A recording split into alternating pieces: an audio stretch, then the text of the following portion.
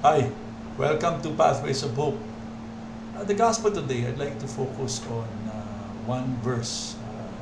The verses here often is translated the woe statements of Jesus. And he's correcting the religious leaders of his time. Because many of the religious leaders of his time weren't accepting the good news that he had to offer. And they were rejecting the teachings of Jesus. But these woes are a description of the possibility that happens to all people who seem to have a sincere desire to be religious, to be faithful.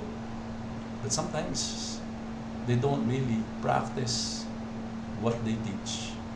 And one line here says something like this: "Woe to you, teachers of the law, you have kept the keys that opens the door to the house of knowledge.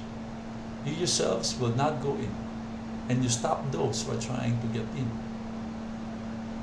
The teachers of the law, the ones who are supposed to help people, and the law during their time was the way of life of God's people. And the teachers of the laws were supposed to help people live the life of faithfulness to God. And yet, according to Jesus, these very teachers are the ones who are preventing people from living the life they're supposed to live in obedience to God. Because they themselves won't enter into the door. What's the door? The door of following God. You cannot be someone who teaches people about how to live for God if you yourself are not living for God. Many of us here who are disciples, who are also serving in different ways in the ministry. Maybe some of you are even involved in proclaiming the good news to other people or evangelizing others. But the Lord is warning us. Woe to us if we do not live out the gospel message that we are preaching.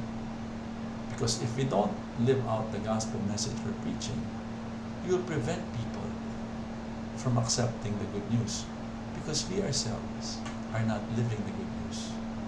So I hope that this is a reminder to all of us.